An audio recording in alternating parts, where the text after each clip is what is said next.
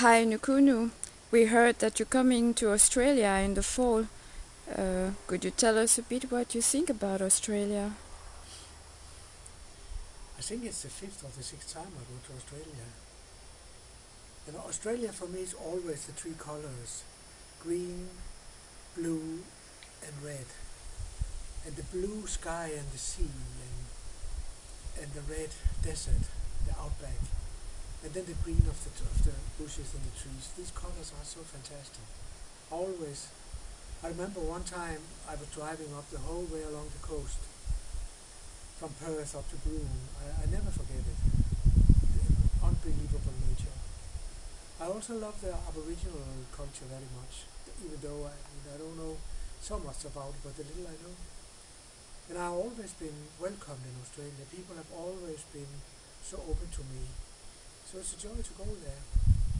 I'm looking forward to go there and also come away from this winter here. That sounds really wonderful. Yeah. Can you tell us a little bit when and where you will be in Australia? It's going to be again Perth and Fremantle, Bunbury maybe, and maybe down also to Margaret River. But basically Perth. I give satsang and have 3 programs. Okay. Could you So I'll tell? be there for a month, from middle of October to middle of November. Sounds good. Could you tell us a little bit about your work? Yeah, that is the most difficult because it's very difficult to talk about, but I'm reminded of this old Zen master when he was asked that question. He said, I'm selling water on the riverside. And it's just a beautiful and funny expression of it, because in a certain way, with working with people, like a spiritual teacher like me, we take away from people with what they don't have, and we give them what they have already, or we try to with that approach. So this is my work, that you don't have to change.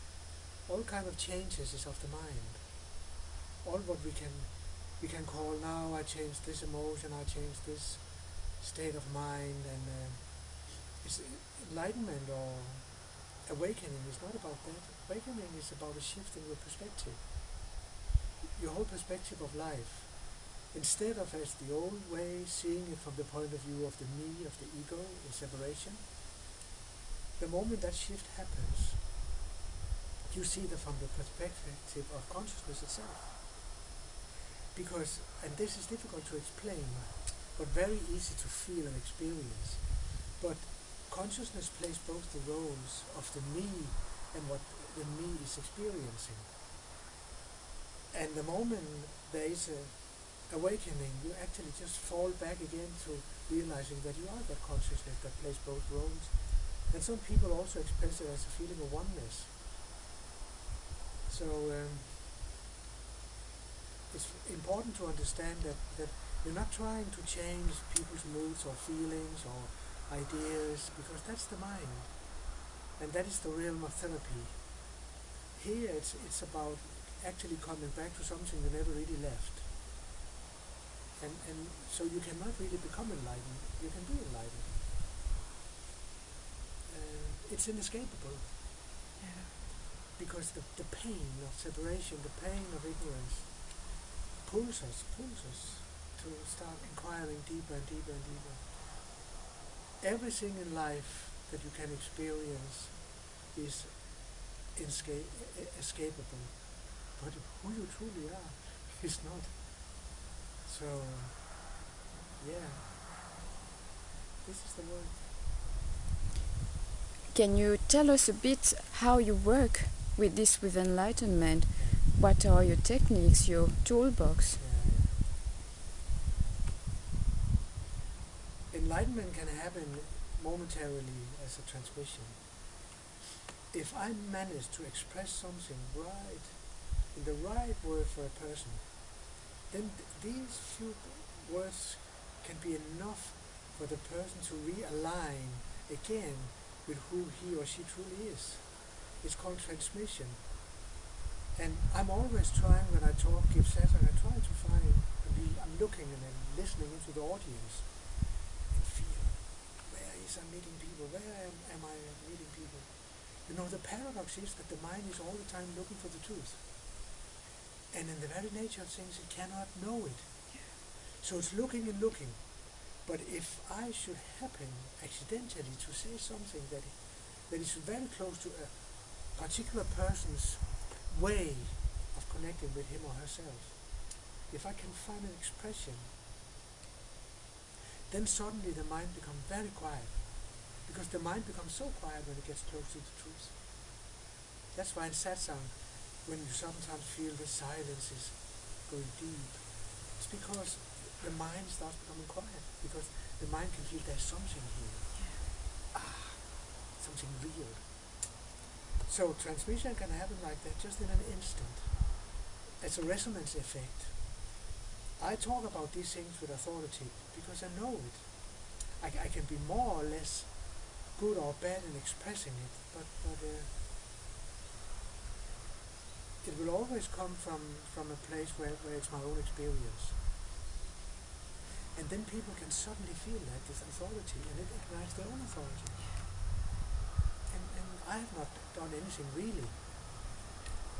So that is one of the ways it can happen. Then of course we can try to take away what is superficial, what is not needed, to silence the mind. And that's what we do with a lot of the work with meditation and Dharma doors. Try to silence the mind. So the agitated mind starts relaxing. Because the totally silent mind is very likely to suddenly jump into its true nature. Its true nature gets colored all the time by experiences. And there's nothing wrong with experiences, it's just that it takes us away from the true nature of the mind. One of the basic Dharma door I do, I call Kaivalya. It means liberation. It's a word I heard from Ramana. Mm-hmm. First time I heard the word, I just loved it. It's like, wow, yes. So I also use that word, and in this process, we'll do a weekend with it. We go down through the layers of the mind. Not this, not that, not this, not that. And until we come to a very, very quiet and silent place. And then we ask the person to identify that space, and then go up again to all this that you just went through. And here, it often happens, there is a spontaneous awakening, where the observer suddenly realizes that it is identical with the observed. But it cannot be understood with the thinking, it can happen existentially. So that is Kaivalya. It's one of the Dharma door. Most people over the years, I've worked with this for 16, 17 years now, most of the people have actually had moments of clarity with that Dharma door. Then I will do another intensive one weekend in Australia, and that is the Temple of Zen, because it's such a beautiful poetic journey about the way to enlightenment, even though there is no way. But it makes you look for where it is. And it can also somehow give you a feeling of where are you? Where are your understanding or your misunderstandings? So it's a very good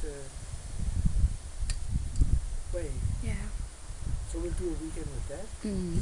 Then I will also do an awareness intensive, which is really my heart, where we work with each other in these 4 days over different questions. And where we do a lot of questioning essential things, and at the same time do deep relaxations. Because enlightenment is basically a relaxation. It is absolutely total relaxing. Yeah. And it's so simple, but it's not easy. And people also ask me, but why should I want this enlightenment? And I often say to people, but everybody, as I have made in my life, is looking for happiness. And it's also somehow you all know that deep down there is a happiness that is different from what I'm experiencing through my senses. Mm-hmm. It's not the real happiness. Yeah. And how can you evaluate this happiness you obtain from your senses if you did not have a much deeper kind of vague or clear feeling of happiness? Mm-hmm. This happiness is your very being. So we will always look for happiness, and most people will experience, but they look for it in relationships, they look for it in obtaining prestige, being loved, having cars, houses, and sooner or later it's all passing. Yeah. It is a momentary happiness that doesn't last. Yeah. And there comes a longing, something more, something more. And that is the spiritual journey. And it is the pain of ignorance. It's the pain of the fleeting happiness that pulls you on. So you're very graced if you start seeing the limitation of the happiness we can obtain through our six senses. Yeah. There is a happiness that is lasting, always with you, always there, but you are not there. Yeah. So my work is to invite people just to see, but they have this happiness, and it's just a question of relaxing, and just relaxing, and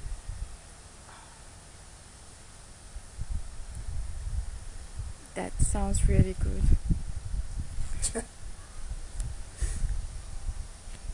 so this is selling water on the riverside. There's so much water already. It's all over the place.